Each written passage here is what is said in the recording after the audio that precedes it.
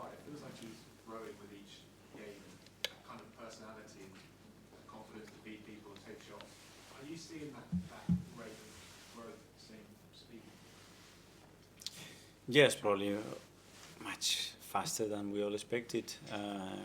But yeah, I think what is surprising is probably the confidence and his decision making, especially in ball possession.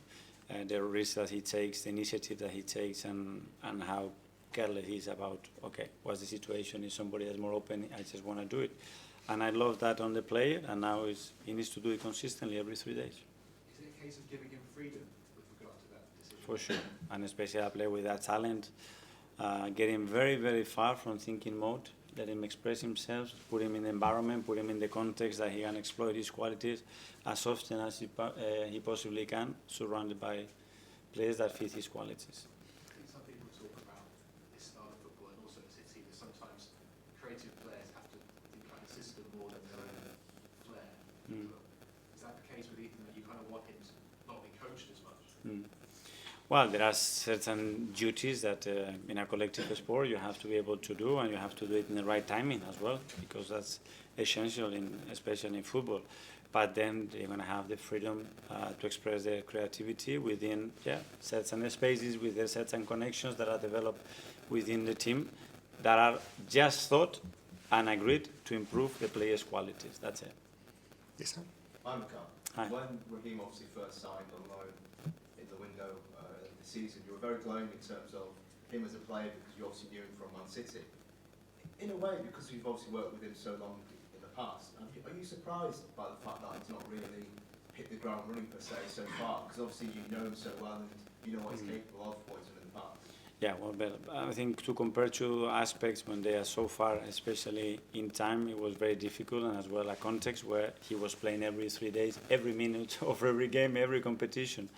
And with us, since his arrival, it hasn't been the case for another reasons, and we are very aware that that wasn't going to be the case from day one. But he's still that, and the most beautiful part of the season is still to come, and he's going to have a big opportunity there. He's been playing obviously regular first team football since he was about 17, year in, year out. Yeah. How much do you think this is part of just impacting his legs? Because obviously he's now 30.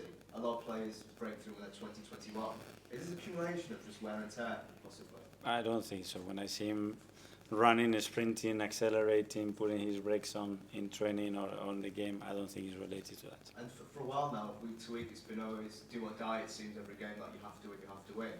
What's that kind of like mentally to deal with, and how do you kind of get the players on board that it's game after game rather than you have to, like the pressure each week?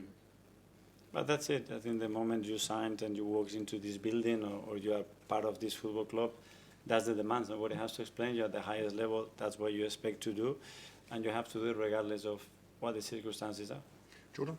Hi, Mikel. Liverpool seem to control their emotions really well so far this season. They've had a few slip-ups, but you've been there as a leader.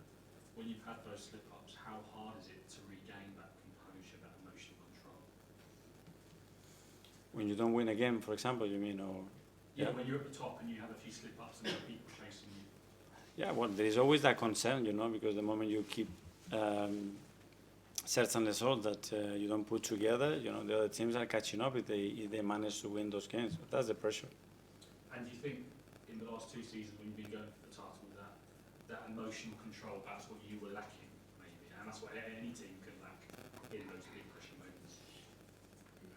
I don't think that was the case. I think there were other factors, I think, more, and especially in some games, especially at home, that we generated so much that we didn't put them to bed. So that clinical aspect in the box, that is so crucial as well, to keep winning. And just finally, with Saka out, it's been kind of a lot of pressure on Declan in terms of corners and him being the main taker. Has that been a big responsibility on his shoulders to be the main delivery taker for corners and providing those assists?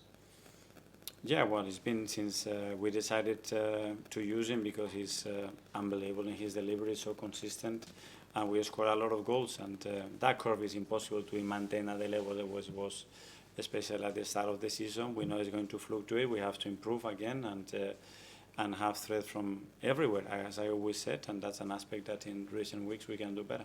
Okay, Ed? I mean, you mentioned that you managed to try and re-energise the team after all these injuries.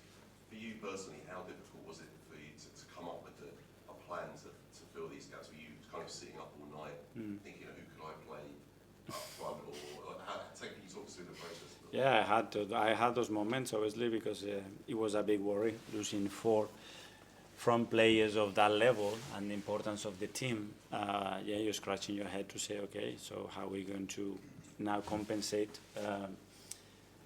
this lack of of threat, of goals, of assists, of options, of who's going to fill those minutes, and you start to generate a lot of options, some more realistic, some others thinking in a completely different way as well, and then what really re-energized me is the team, is the staff, is the players, looking at them, that if I tell them to play in any position, do anything, I know that they are ready for it, and they're going to do it really convinced, not because it has to be done, it's because they really feel it.